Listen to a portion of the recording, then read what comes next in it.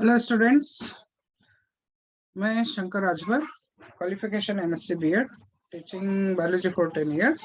ठीक है, तो मैं आपको बायोलॉजी के कुछ टॉपिक्स कराने वाला हूँ जो बहुत एक्चुअली मैं नीट के लिए कराता हूँ, मगर रिसेंटली अभी एग्जाम्स आने वाले हैं एचएससी बोर्ड के, तो मैं कुछ क्वेश्चन को शॉर्ट आउट करने की कोशिश करूंगा, इसलिए कि उसके आंसर जो होते हैं ना बहुत बड़े दिए। ठीक है, तो पहले मैं आपको अच्छे से समझा लूंगा और उसके आंसर्स के कुछ नेसेसरी पॉइंट्स में एडिट करूंगा जो कि बुक से ही दिया है, कम से कम मैंने देने की कोशिश किया है। ठीक है, तो आप उसको देखिए, समझने की कोशिश करिए। अगर नहीं समझेगा तो एक दो बार और देखिए, आई एम श्योर आपको पूरा समझ में आएगा। चलो फिर स्टार्ट करते हैं।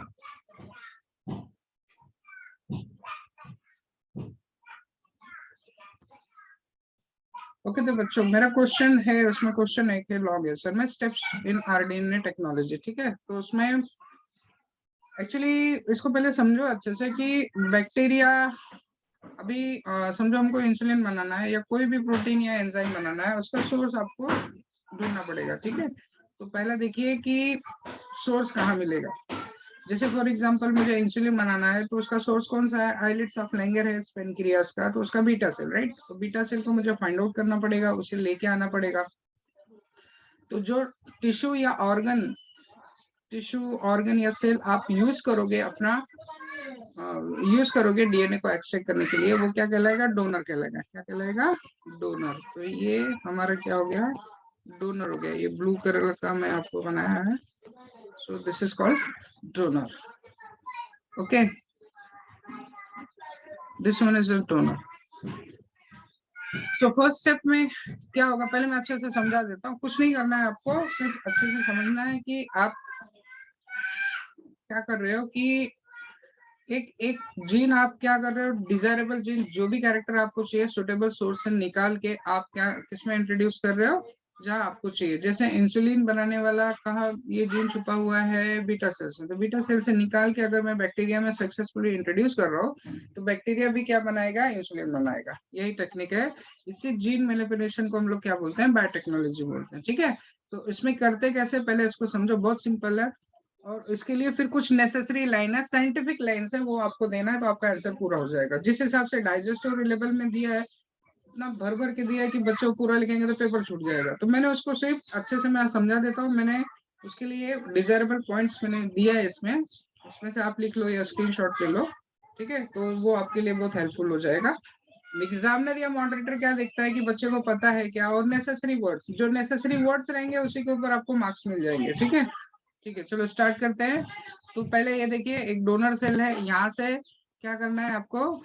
डीएनए निकालना। तो डीएनए निकालने के ढेर सारे एंजाइम्स होते हैं, ढेर सारे डिटर्जेंट्स होते हैं। तो ये सेल को ओपन करने के तरीके हैं। ठीक है, तो वो समझो ओपन कर लिया, और ओपन करने के बाद इसमें आपको डीएनए ऐसे ही नहीं मिलता, उसमें पैकिंग रहता है, डीएनए को पैक किया हुआ रहता है। तो जो भी उसमें अननेसेसरी चीजें हैं उसको रिमूव करने के लिए भी एंजाइम का इस्तेमाल करना पड़ता है। ठीक है, जैसे हिस्टोन प्रोटीन रहता है, आरएनए रहता है, वो सबको आपको रिमूव करना पड़ेगा। फिर बाद में डीएनए जो मिला है आपको, तो लॉन्ग थ्रेड है, तो उसको आपको टुकड़े में कट करना पड़ेगा। तो पहला ही स्टेप कौन सा है? Isolation of A GNA, isolation of genomic DNA. Genomic DNA मतलब जो भी जीन ऑफ इंटरेस्ट है वो डीएनए। ठीक है, तो वो आपने एक्सट्रैक्ट किया, और it's a long thread, so we have to cut in a fragments with the help of restriction endonuclease. Restriction endonuclease से कट कर दिया, ढेर सारे टुकड़ों में बट गए। ठीक है, तो ये सेपरेट नहीं होता। सेपरेट होने के लिए आपको किस पे लेके जाना पड़ेगा? इसको जेल इलेक्ट्रोफेरेसिस पे लेके जाना पड़ेगा। What is gel electrophoresis? एक इंस्ट्रूमेंट होता है, डीएनए इज नेगेटिवली चार्ज, तो उसमें करंट अप्लाई करेंगे तो ये सारे डीएनए साइज के हिसाब से क्या करेंगे? रन करेंगे पॉजिटिव की तरफ। ठीक है, तो जो जो छोटे डीएनए कट्स होंगे वो ज्यादा डिस्टेंस ट्रेवल कर लेंगे, and the DNA fragment which is little bit larger, so they will travel less distance, so we find out the band pattern over there। ढेर सारे डिजाइन ऐसे आपको दिखेंगे। ठीक है, तो ये अलग हो गए, तो वहां से आप डीएनए को अलग कर लिया है। फिर बाद में आप उसका स्क्रीनिंग करोगे। स्क्रीनिंग का मतलब इसमें से पहचानोगे, ठीक है, कि हमारा जो इंसुलिन बनाने वाला जीन है वो कौन से टुकड़े में है, कौन से डीआरएस फ्रेगमेंट है। ठीक है, ये फाइंड आउट कर लिया जाता है with the help of techniques. फिर इसके बाद में ये मिल गया, समझो ये है। ठीक है, तो ये तो जीन है, तो फिर बाद में ये ऐसे तो खराब हो जाएगा, तो इसको हमको क्या चाहिए, एक जरिया चाहिए, एक वेक्टर चाहिए। एक डीएनए को डीएनए में ही आप सुरक्षित रख सकते हो। तो जो भी डीएनए आप इस्तेमाल करोगे, चाहे बैक्टीरिया का, वायरस का, वो क्या कहलाएगा, क्या कहलाएगा, वेक्टर। वेक्टर का मतलब जरिया होता है, ठीक है। तो फिलहाल यहाँ आपको क्या दिया है, बैक्टीरिया में एक एक्स्ट्रा क्रोमोसोमल डीएनए रहता है, मतलब बैक्टीरिया के अंदर उसके उसके अंदर तो नेसेसरी डीएनए रहता है, प्लस एक्स्ट्रा कुछ रहता है, उसको क्या बोलते हैं बच्चों, प्लास्मिड बोलते हैं। क्या बोलते हैं, प्लास्मिड। तो प्लास्मिड रहते हैं जो उसके लिए, बैक्टीरिया के लिए कुछ मेटाबॉलिक एक्टिविटीज के लिए काम करता है, कुछ में एंटीबायोटिक रेजिस्टेंस का काम करते हैं, कुछ थोड़ा रिप्रोडक्शन में हेल्प करते हैं, ठीक है। तो यहाँ से आप ले लीजिए, ठीक है। सो इसमें जब आप अपना डिजायरेबल फ्रैगमेंट इंट्रोड्यूस कर दोगे तो ये क्या कहलाएगा, recombinant vector. It is also called as a chimeric DNA और आरडीएनए। रिकम्बिनेंट वेक्टर क्यों, इसलिए कि वेक्टर को आप रिकम्बाइन कर दिया। किमेरिक डीएनए क्यों, इसलिए कि एक पर्टिकुलर इमेज है किमेरा, उसमें किमेरा में आपको मिक्सिंग ऑफ एनिमल्स है, मिक्सिंग ऑफ डीएनए है, तो इसलिए इसको क्या बोला है, किमेरिक डीएनए, ठीक है। फिर बाद में ये क्या लास्ट वर्ड मैंने लिखा है, आरडीएनए। आरडीएनए मतलब रिकम्बाइंड डीएनए, रिकम्बिनेंट डीएनए, ठीक है। अच्छा, कट किससे किए थे, रिस्ट्रिक्शन एंड न्यूक्लियस से। उसी रिस्ट्रिक्शन एंड न्यूक्लियस को वेक्टर भी कट करोगे तो सेम वही साइज में कटेगा जो जिस साइज में ये हमारा पहले का डिजायरेबल फ्रैगमेंट कट है, तो दोनों आपस में फिट हो जाएंगे, ठीक है। और चिपकाने का काम with the help of ligase, with the help of one enzyme that is called as ligase. काटना किसके थ्रू, रिस्ट्रिक्शन एंड न्यूक्लियस के थ्रू। चिपकाना किसको, चिपकाना कौन सा, स्टिकी एंड्स को लाइगेज एंजाइम के थ्रू, ठीक है। तो कहाँ तक आपने क्या क्या पढ़ा अभी तक, आपको जहां से डीएनए चाहिए वो ले लिया, ठीक है। टिश्यू, सेल या ऑर्गन, उसको क्या कहलाएगा, आपका डोनर, ठीक है, निकाला। फिर बाद में ढेर सारे बीच में प्रोसेस है एंजाइम्स का रिमूव करने का, ठीक है। फिर आपको क्या मिला,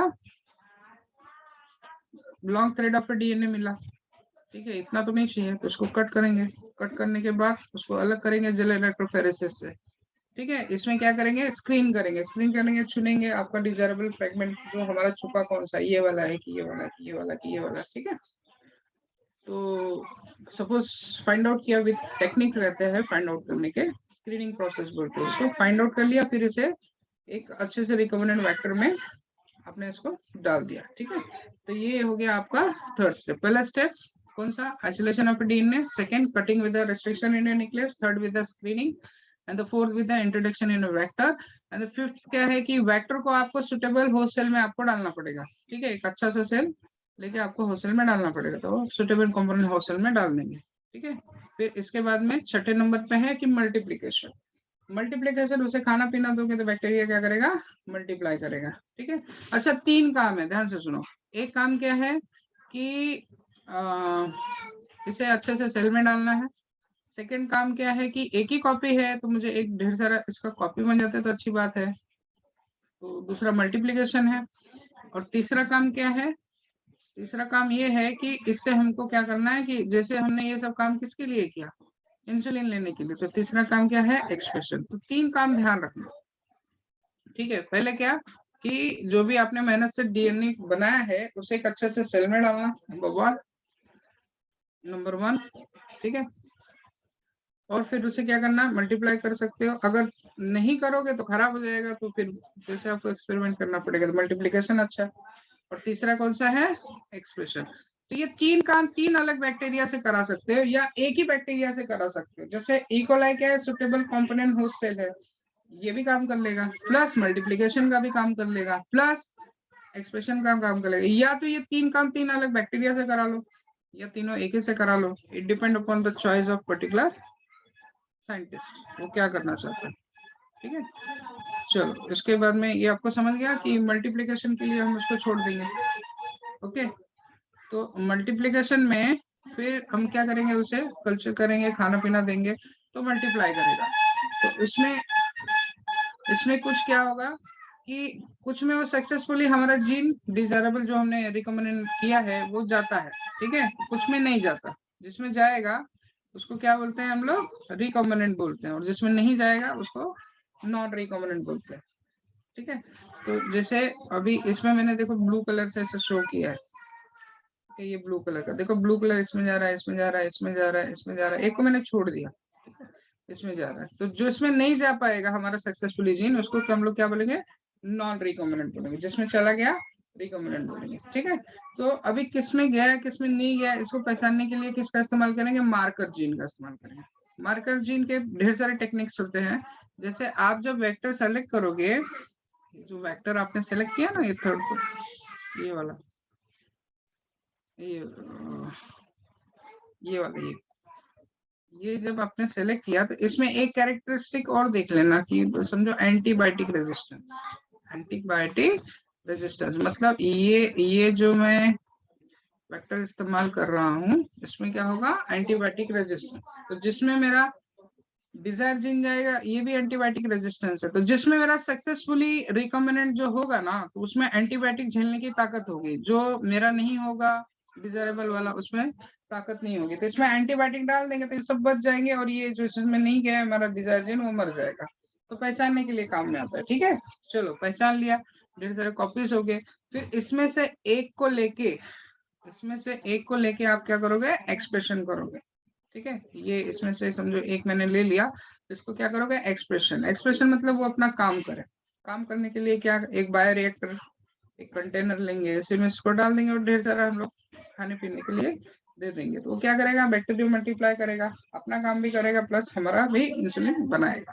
ठीक है, अब इसमें से इंसुलिन निकालने के प्रोसेस को डाउन स्ट्रीमिंग प्रोसेस बोलते हैं। क्या बोलते हैं, डाउन स्ट्रीमिंग प्रोसेस। ठीक है, तो आई होप आपने समझ में। एक 5 लाइन में मैं आपको फिर से बना के फिर मैं आपको टेक्स्ट पे लेके जाता हूँ। ठीक है, देखो पहले क्या है, isolation of DNA, first step. Second step, cut कर दिया रिस्ट्रिक्शन एंड न्यूक्लियस से। थर्ड, स्क्रीनिंग किया, पहचाना उसको। ठीक है, फोर्थ क्या हुआ, रिकॉम्बिनेंट वेक्टर में डाला। Fifth, suitable component host cell में डाल दिए। ठीक है, और 6 क्या होगा, मल्टीप्लीकेशन, और लास्ट वाला क्या हो गया, एक्सप्रेशन। ठीक है, ऐसे 7 स्टेप होते हैं। चलो अभी आ जाओ जो नेसेसरी आपको एग्जाम में लिखना होगा। तो पहला देखो, बुक से ही थोड़ा मैंने एडिट किया है। Isolation of a DNA from the donor organism. Initially the cell of a donor organism sheared मतलब काट दिया है, with the blender and treated with the suitable detergent. So ये लाइन जैसा दिया है वैसे ही आप लिखो कि क्या किया है। ब्लेंडर मतलब ढेर सारे जो भी आप तरीके इस्तेमाल करेंगे कट करने के लिए। ठीक है, मतलब सेल को ओपन करने के लिए। और क्या यूज करोगे, नेसेसरी चीजें, जैसे उसमें एक नाउन दिया आपको, डिटर्जेंट, राइट। तो आप यही नाउन इस्तेमाल करिए। ठीक है, said with the blender, examiner देखेगा, said with the blender and with the suitable detergent, ये लाइन आप लिख दीजिए। ठीक है, और ये आप नहीं कर पा रहे हो, नहीं याद हो रहा है एग्जाम में, तो सीधा लिखिए isolation of a DNA from a suitable source called as a donor, इतना लिखोगे तो भी चलेगा। ओके, इसलिए कि एग्जामिनर को दिखना चाहिए कि भाई ये पहला स्टेप जानता है कि हम लोग क्या करना है, डीएनए को रिमूव करना। ठीक है, तो पहले कोशिश करो कि बुक की लाइन लिखने की, नहीं याद हो रहा है तो इतना भी लिखोगे तो आपको मार्क्स मिल जाएगा। ठीक है, तो कैसे हम लोग डोनर से कैसे निकाल रहे हैं, shared with the blender and treated with the suitable detergent. Detergent मतलब कि जो भी आपको एक्सट्रैक्शन के लिए चाहिए मटेरियल, उसका कंपोनेंट है। ठीक है, genetic material from the donor is removed, isolated and purified using the several technique. ठीक है, आप सीधा भी लिख सकते हो, genetic material from the donor is remove and isolated. तो ये भी किस में आ गया, आइसोलेटेड ऑफ डीएनए में। तो मैंने पहले से उसको कलरफुल किया है, उतना याद कर लोगे तो चलेगा, उतना लिख दोगे तो चलेगा। ठीक है, जेनेटिक मटेरियल या DNA from the donor is remove and isolated. ठीक है, तो ये किस में आएगा, आइसोलेशन ऑफ डीएनए में। सेकेंड, ये तो आपने सेल या टिश्यू से निकाला। आपको पता है कि इसके लाइब्रेरीज होते हैं, पहले से साइंटिस्ट बना के रखता है, तो आप वहां से भी ले सकते हो। तो तीसरा लाइन है बुक में, a desired gene can be also obtained directly from the genomic library and the cDNA library. तो वहां से भी आप डायरेक्टली ले सकते हो, या तो सेल टिश्यू में से निकालो आप, या तो क्या करोगे कि लाइब्रेरी में से आप उसे लेके आओ। बराबर, अंडरस्टैंड। चलो इसके बाद में लेके आने के बाद अच्छा करोगे कैसे, यहाँ लिखा है isolated and the purified DNA then cleave into restriction endonuclease. वो तो मैंने आपको बताया कि रिस्ट्रिक्शन एंड न्यूक्लियस से कट करोगे, तो वो पहले पॉइंट में दे दिया। ठीक है, तो आपको क्या करना है, पहला रिस्ट्रिक्शन एंड न्यूक्लियस, सॉरी पहले आइसोलेशन ऑफ डीएनए करना है from a source that is called donor, ये लिखना है। ठीक है, फिर नेक्स्ट में क्या लिख सकते हो कि we can also we can also achieve the DNA from genomic library and cDNA library. That is second. And third directly लिख सकते हो, we will cut with the help of restriction nuclease. फिर भी मैं आपको दिया है plasmid are isolated from vector organism, मतलब जो भी आपको वेक्टर चाहिए वो ऑर्गेनिज्म से ले लीजिए. फॉर एग्जांपल उसने क्या बोला, बैक्टीरियम, तो मैंने डायग्राम में भी बैक्टीरियम बताया. By using the same restriction is used in a isolation of a desired DNA from the donor. बोला जिससे आपने डोनर से कट किया था ना रिस्ट्रिक्शन इंडियन न्यूक्लियस, उसी से वेक्टर को भी कट करना, नहीं तो दोनों मैच नहीं होंगे. एक क्वेश्चन भी है, एक क्वेश्चन है कि अगर हम दूसरे एक हमारे पास ढेर सारे रिस्ट्रिक्शन इंडियन न्यूक्लियस है ना, तो जिस कैंची से आप इसको काटना, इसको इसको इसको जिस कैंची से आप इसको काटोगे ना, उसी कैंची से आप इसको काटना, नहीं तो ये मैच नहीं होगा. अंडरस्टैंड? तो इस बात का आपको वही लाइन वो लिखा हुआ है टेक्स्ट में.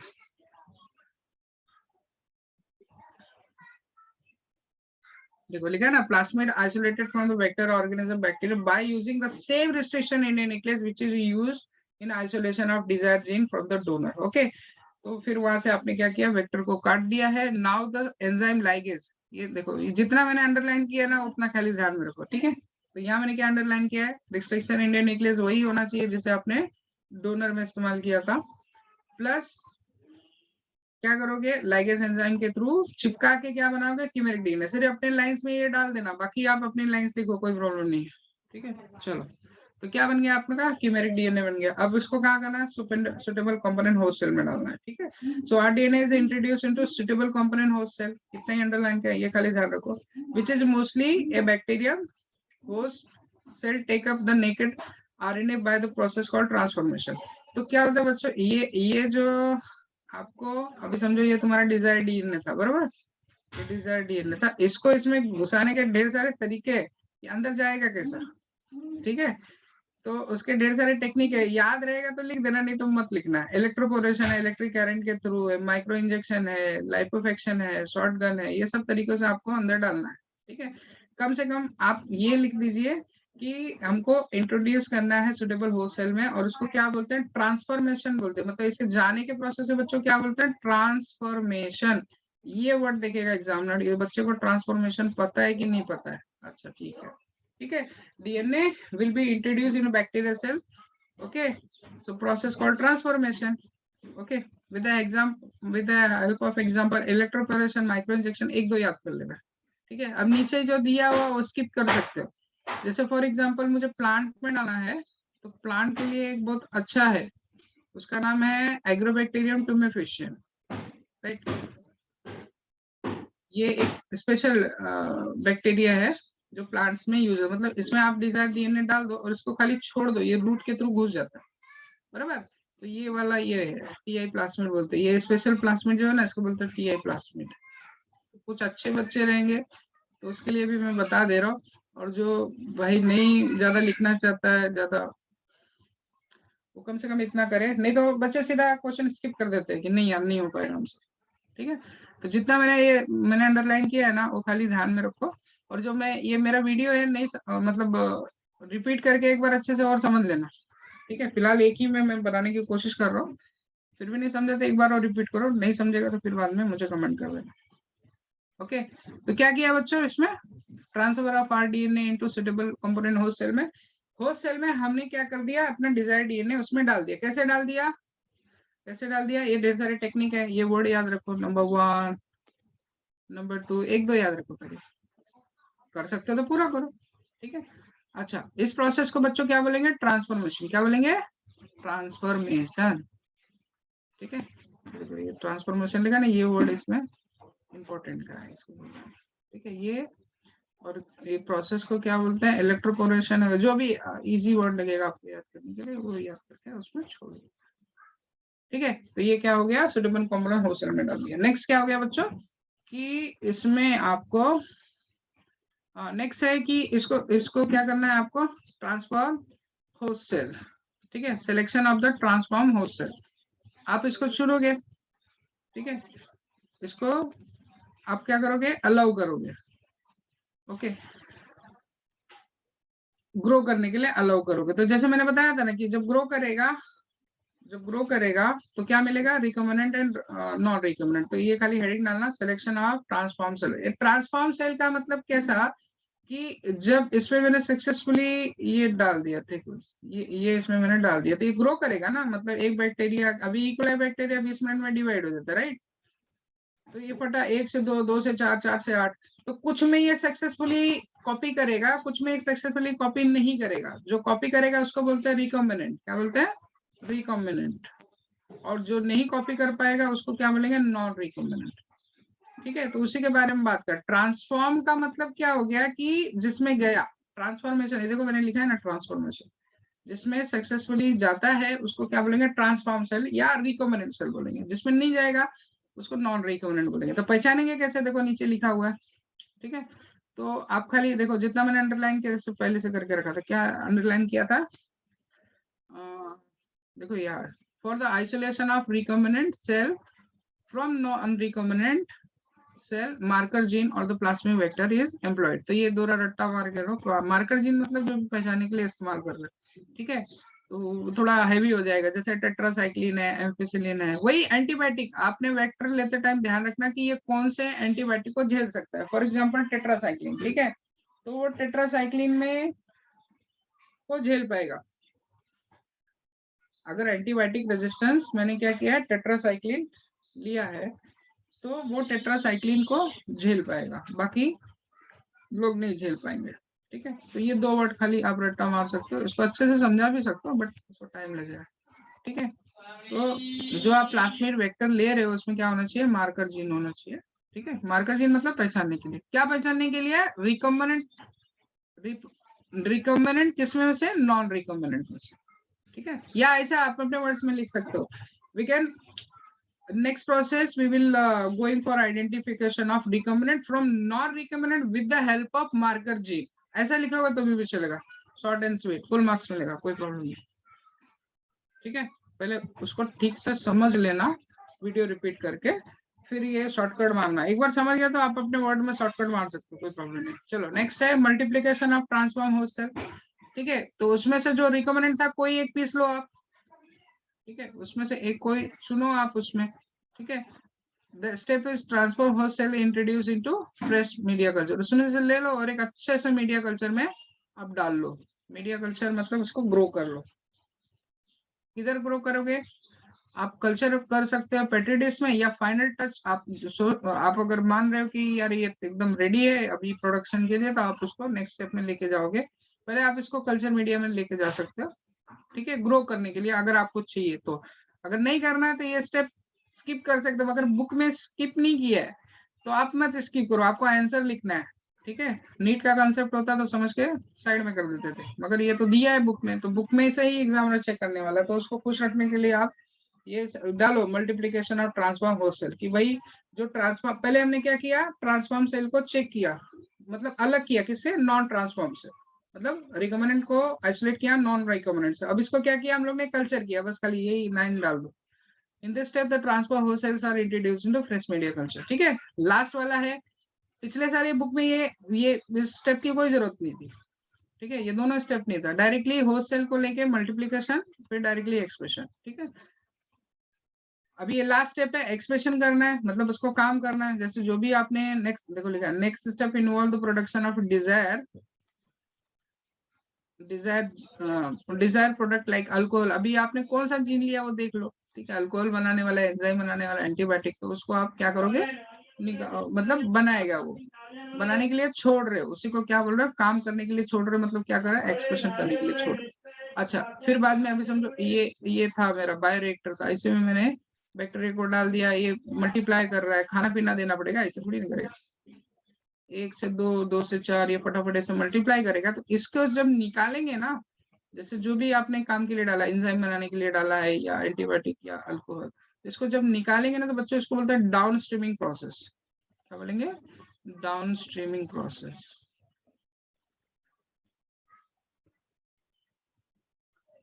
ठीक है, ये इसका कीवर्ड है। पूरा जो बायोलॉजी है ना कीवर्ड पे है। ये बच्चे ने लिखा है कि नहीं, इसको आता है कि नहीं। ठीक है, तो देखो ये लिखा है ना, वी कैन एक्सट्रैक्ट। आप सीधा सिंपल में, अभी देखो मैं लोकल लैंग्वेज में ही बोल रहा हूँ, फॉर द एक्सप्रेशन, पहले हेडिंग डाल दो, expression for the gene to obtain the desirable product. उसमें लिखो we will go for the desirable product like alcohol enzyme. Okay, we can go for the bioreactors, and after the formation of product, we remove all the product with the help of downstream process। ऐसा लिख दोगे तो भी आपको full marks मिल जाएगा। ठीक है, चलो आई होप आपको समझ में आया है। एक दो बार इसको रिपीट कर लो, समझ लो। और जितना मैंने ये मैंने अंडरलाइन, सबसे पहले देखो बात समझो आप, ये आप समझ नहीं पाए ना तो लिख नहीं पाओगे, कोशिश मत करना, दूसरे क्वेश्चन पे चले जाना। पहले इसको समझो, सर ने क्या बोला, ठीक है, वो समझ में आ गया, एक दो बार उसको पढ़ो, शायद ये मैं पहले बार आप पढ़ोगे शायद समझ में ना आए, ठीक है, दूसरी बार वो वीडियो को आराम से पॉज करके आराम से उसको सुनो अच्छे से, ठीक है, कि क्या बोला सर ने पहले। जब तक आपका पहले तो मैंने डायग्राम के थ्रू आपको समझाऊं, पहले वो खत्म करके स्टेप्स पे जाना, पहले डायग्राम खत्म करना, सर क्या बोल रहे हैं वो करने के बाद ही इस पे जाना। आप फॉलो करो नहीं तो कुछ नहीं समझेगा। पहले डायग्राम जितना मैंने लोकल लैंग्वेज में आपको समझाया वैसे समझो, फिर आ जाओ ए स्टेप पे।